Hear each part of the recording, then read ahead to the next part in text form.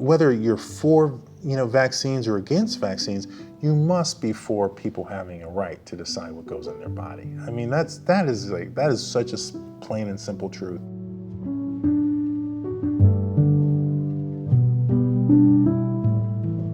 I'm with the Florida Surgeon General, a good friend of mine, Dr. LADAPO. Right? He's my man. He's my man. My man. My inspiration. You're my inspiration. During COVID, very few doctors on the private side were coming out, but the media was just destroying them. And then you came along, and you were the first government doctor to come out and be like, "You're awesome.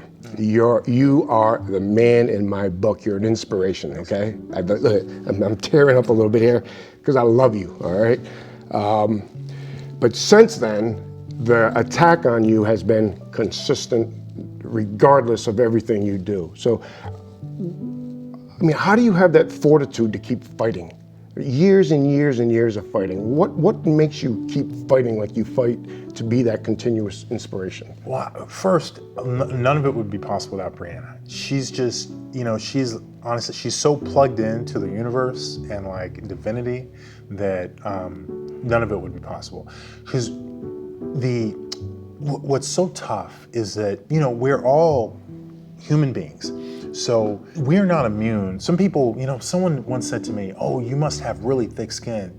And I said, "No, that's actually not helpful for what I'm trying to achieve. Rather, it's not that I don't block things out. It's that I allow things to pass through me as much as possible, rather than like sitting in me and sort of shaping my consciousness and my feelings and things like that." And just to try to explain that better, people can only take so much ultimately, right? Like, it's not natural to not feel, right? When people are unkind to you, or, it's not natural to not feel. But the goal is not to deflect everything or to be shielded from everything. That's not the goal. Because when we change how we are to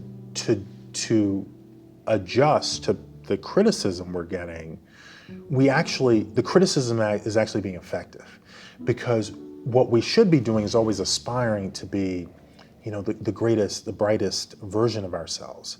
And if we're changing, or we're getting thicker skin, or we're getting more rigid or tightening up, that means the criticism is working, because we're changing who we are for the worse. Fortunately, I've been blessed with Brianna and working with a guy named Christopher Maher. So instead of blocking or deflecting, so much of this is emotional, energetic, spiritual. And so what I work to do is to transmute. So when some criticism makes me feel ashamed or afraid or angry, my job is not to change the criticism, but to transmute the effect that it's having on me. And in that way, I get to emerge as an even better, stronger, more version of myself, and I'm able to continue doing what I think needs to be done. Well, I'm gonna have to spend more time with you, because the Marine in me comes out when people attack me, and I've been getting attacked also. Obviously, nowhere.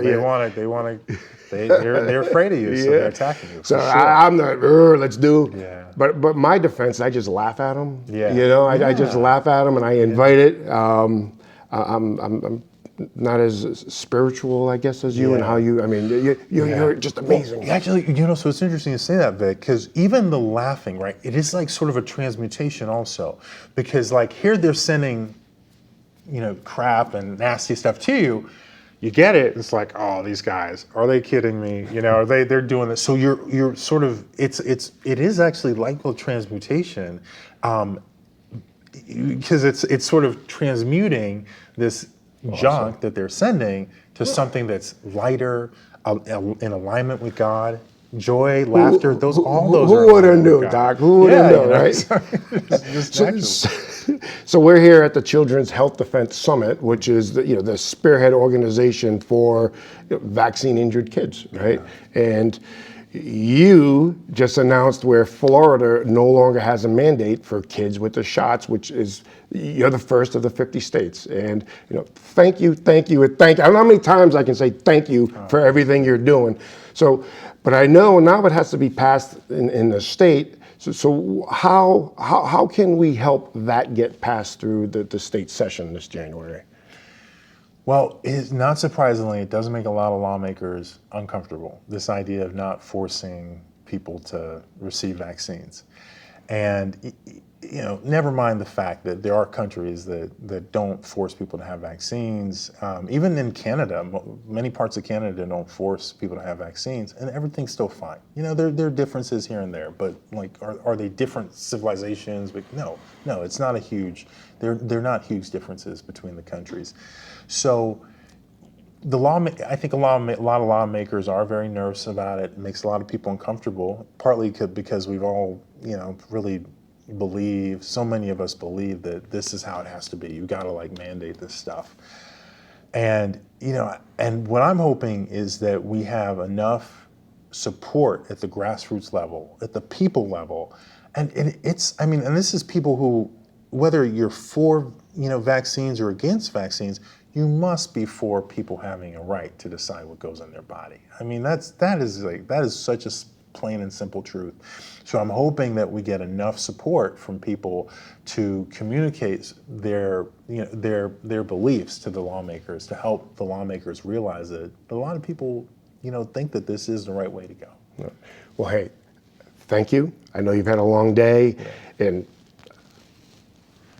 I'm gonna let you go. All right, okay? thanks, Vic. I just it's love all you good. so much, man. It's Thanks, just, Vic. I love you too. Man. So Love you too, thank you. Vic.